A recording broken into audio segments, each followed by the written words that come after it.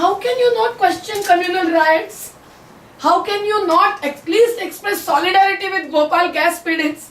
I have not done much for that movement, as much as that movement has done for us. Hundreds of women from amongst the Bhopal gas Pidits were in Baroda when we were to commit Jala Samadhi. I can never forget. So when they celebrated their 25 years, just the last year, I had to be in Bhopal. And not me alone, our group was there.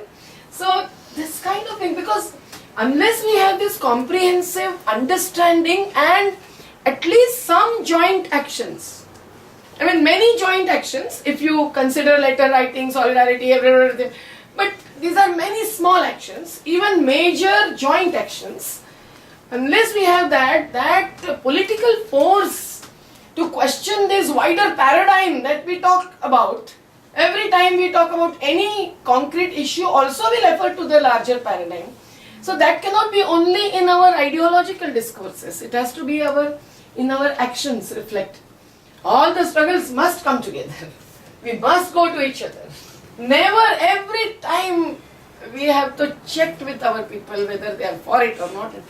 This time, when people came for the NAPM 8th biannual convention, 700 people from 20 states, the Assam contingent and the Kerala group, people fighting against endosulfan, people fighting against the BT and the Monsanto, the people fighting for the Dalit rights of the unorganized workers, the people fighting in Ayodhya, the Sandeep Pandey, who is also our national convener, the people fighting with Kavita on the Right to Food campaign, and all dams to mines to, urban poor from at least 10 major cities in India.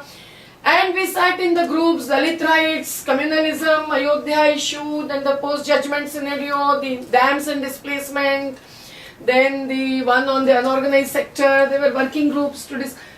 Our people felt so much, they really could see the whole India and the comprehensive framework, which umpteen number of speeches would not have communicated to them.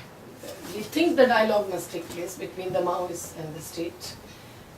But the state is in a conspiracy, They're killing those who are for dialogue from amongst Maoists, like Azad was killed. And they're just saying that if you put your weapons down and arms down, we are in dialogue. Why not having a dialogue with us then? We have never raised the arms. So they're not really for dialogue, that's for sure. But we are not for arms struggle either. Draw your attention to this Lavasa project. I just wrote by hand you see, this is coming up on the 25,000 acres of land in Pune district.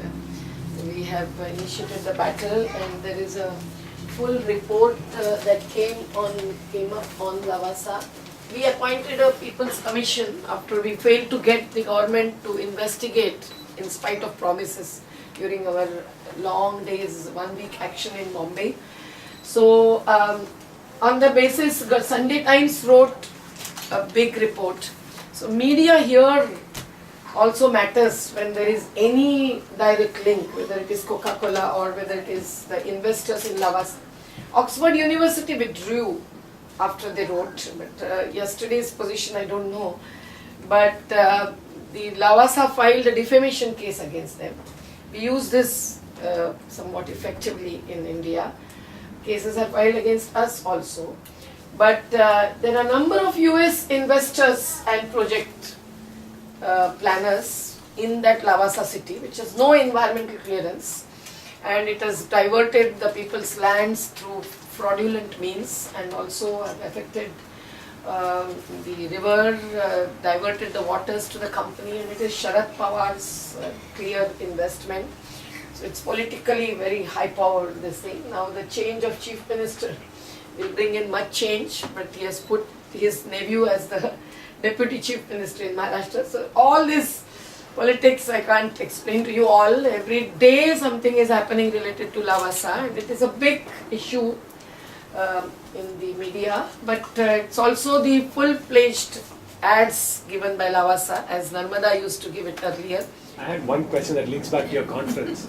So while you were one of probably since independence, the largest people's movement to use ahimsa as a force, the state is increasingly using violence to respond.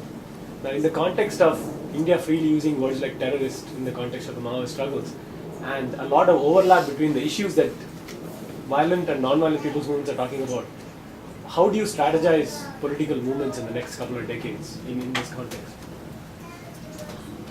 I personally feel we should stick to non-violence. Even strategically, this works better.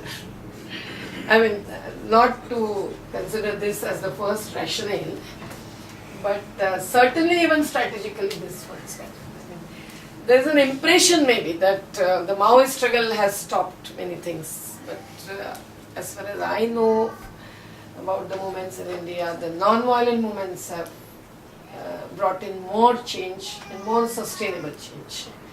And it is also not permanent change. We also have lots of limitations, and everyone has the limitations.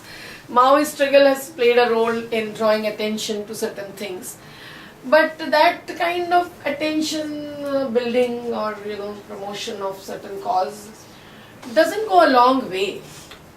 I mean, like building a vision, I don't think that happens when there is violence and counter-violence coming in and the cycle is unending. And the state's response, of course, is nonsensible. We condemn that, but we also don't approve of armed struggle because the mass participation, the democratic planning, the democratic ways of taking the movement ahead has to be preconditional to the vision that we want to bring in. How can otherwise overnight those who are participating in armed struggle be accustomed to or be ready and prepared for bringing to the reality the community-based Gram Swaraj or the democratic rule, even if that would be much more democratic than the present republic. I think the populations and civilizations and communities and struggle areas have to go through that kind of experience even during the movement to be able to bring bring into reality that vision of peace and justice and equity and sustainability and self-reliance. The right to life, you cannot take away.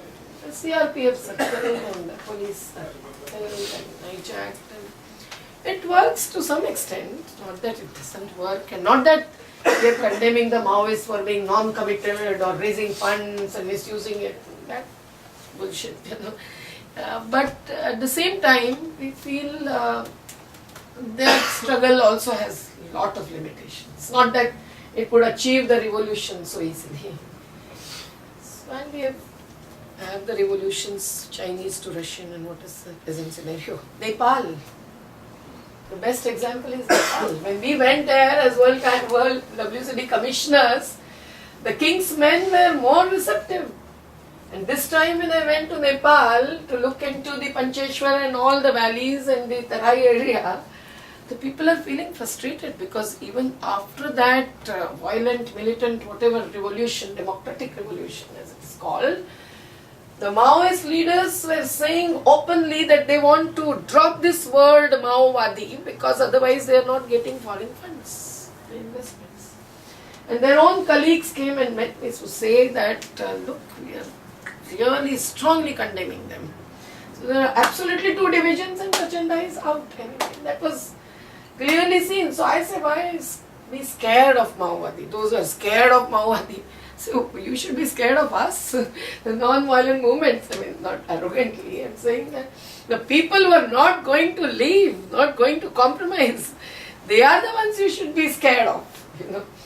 Like in the Sardar Sarovar plain area, just bringing it to very micro situation. Those who had not touched money in lieu of land, happened to be seen as a small force in between. Now again the whole tables are turned, In the hilly areas, of course, no one touched cash.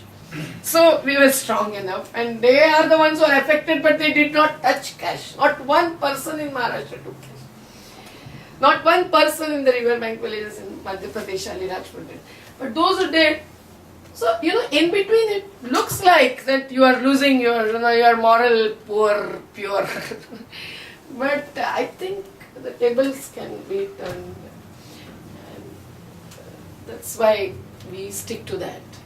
And of course, the mediation and all, we have always been for. They took some of our names for that. So we said, because we understand the reaction to the neoliberalism, reaction to displacement, reaction to the Adivasis, deprivation, disparity, we feel equally strongly.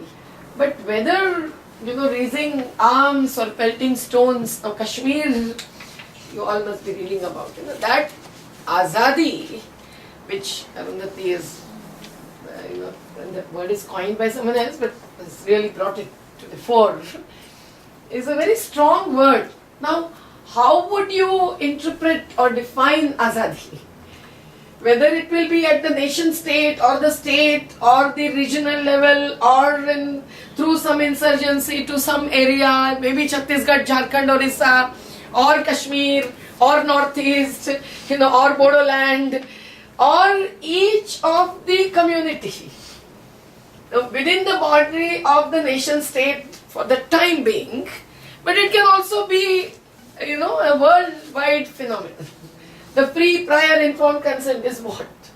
It cannot ever be limited to Filipino indigenous communities organization, who were also represented on the World Commission on Dantewada. When we all approved that, it's a kind of a worldwide principle to be followed in planning, in ruling ourselves and the governments ruling others, so-called, in a way. So these kinds of broader, humanitarian principles, laws, frameworks, political, economic, socio-cultural, must evolve out of our movements. If that has to happen, we have to keep micro to macro parameters in mind while strategizing as well as while defining our goals and visions. I think that's a challenge, and it may give us an impression that we are not winning immediately. But we owe it to the future, if not to the history. I think it will look a little long way. There's a violence and violence and violence, and where will it end? It's just frustrating. I mean, we went to Dantewada, we were attacked by the Salva Judum camp people. 100 of them, and were led by the rapist. And who is scared of them? They threw mud and they threw eggs and specs and everything got affected, but not our eyes, thank God. But it was all very superficial. They brought children to, in front of me, and I was coming out of the press conference to stop maybe. So press people, club people were not allowing to go. No, they will attack you. I said, just let me go. And I just went and started walking, and they were, children were holding the flashcards. What is it? And 4 of the BJP people with the tilak, were standing. And so I just didn't say anything to them. They were shouting, Medha Patkar, go back. I just waved to the children and started shaking hands, and they were so thrilled, everyone jumped to shake hands. So, it is all exposed. We can expose these kinds of people very easily. But Salva Judum, now it has taken a new form, the Shanti Sangharsh Committee. So all these are the, the evolving and flourishing on the grounds of violence. Something else should be the response from them, from the state and from us also.